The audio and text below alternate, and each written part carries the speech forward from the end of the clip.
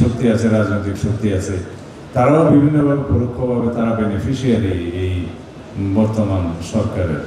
সেই জন্য তারাও চায় যে বিএনপি যেন খুব তাড়াতাড়ি ক্ষমতায় না আসে, এবং অনেকে মনে করে যে তারা বিলম্বিত হলে হয়তো তারা ক্ষমতায় আসবে। তা আমরা জনগণের ভোটের উপরে বিশ্বাস রাখি, জনগণের আস্থার উপরে বিশ্বাস রাখি। আমরা গণতান্ত্রিক চর্চাকে যেন অব্যাহত রাখি। বাংলাদেশের সবচাইতে বেশি প্রয়োজন এই মুহূর্তে ধৈর্য এবং সহনশীলতা, রাজনৈতিক সহনশীলতা এবং আমাদের গণতান্ত্রিক সংস্কৃতির প্রচলন এবং এটা অব্যাহত রাখা। তার মধ্য দিয়েই আমরা আগামী দিনের শক্তিশালী গণতান্ত্রিক রাষ্ট্র, সমাজ এবং সরকার ব্যবস্থা স্থাপন করতে পারব। এবং ভালো গণতান্ত্রিক সংস্কৃতির প্রচলনের মধ্য দিয়ে আগের দিনের ফেসিবাদী অপসংস্কৃতি বিলুপ্ত হবে। ভালো ডেমোক্রেটিক স্থাপনার মধ্য দিয়ে গণতান্ত্রিক চর্চা এবং গণতান্ত্রিক পদ্ধতির ব্যবহারের মধ্য দিয়ে অতীতের ফেসিবাদী অগণতান্ত্রিক অপসংস্কৃতি এবং অপরাজনীতি বিলুপ্ত হবে। সেজন্য আমরা অলওয়েজ বলি যে good politics always replace the bad politics. Good culture must replace the bad culture.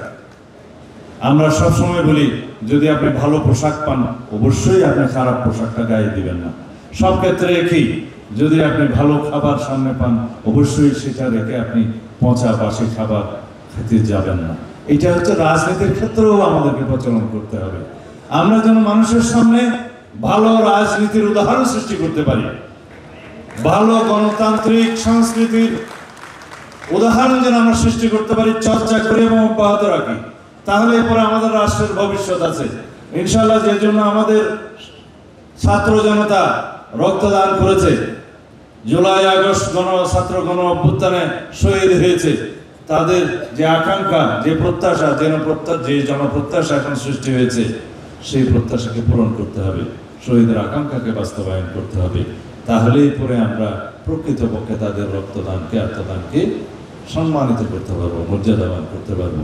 আমাদের আগামী দিনের বাংলাদেশের ভবিষ্যৎ অবশ্যই গণতান্ত্রিক পদ্ধতির মধ্য দিয়ে আমাদেরকে বিনির্মাণ করতে হবে, এবং সেই গণতান্ত্রিক চর্চা শুরু হয়েছে।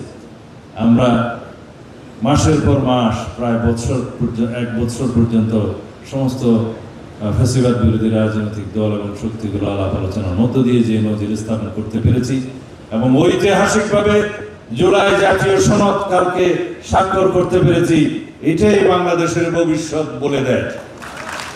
ইনশাআল্লাহ আমরা একত্রিত থাকবো, সকল রাজনৈতিক দলের সাথে আমরা সুসম্পর্ক বজায় রাখবো এবং ধৈর্য এবং সহনশীলতার মধ্য দিয়ে আমাদের গণতান্ত্রিক চর্চা অব্যাহত রাখবো। তাহলেই পরে আমাদের আগামী দিনের শক্তিশালী গণতান্ত্রিক রাষ্ট্র বিনির্মাণের স্বপ্ন সফল হবে। নিরপেক্ষ, সত্য প্রকাশে আপোষহীন।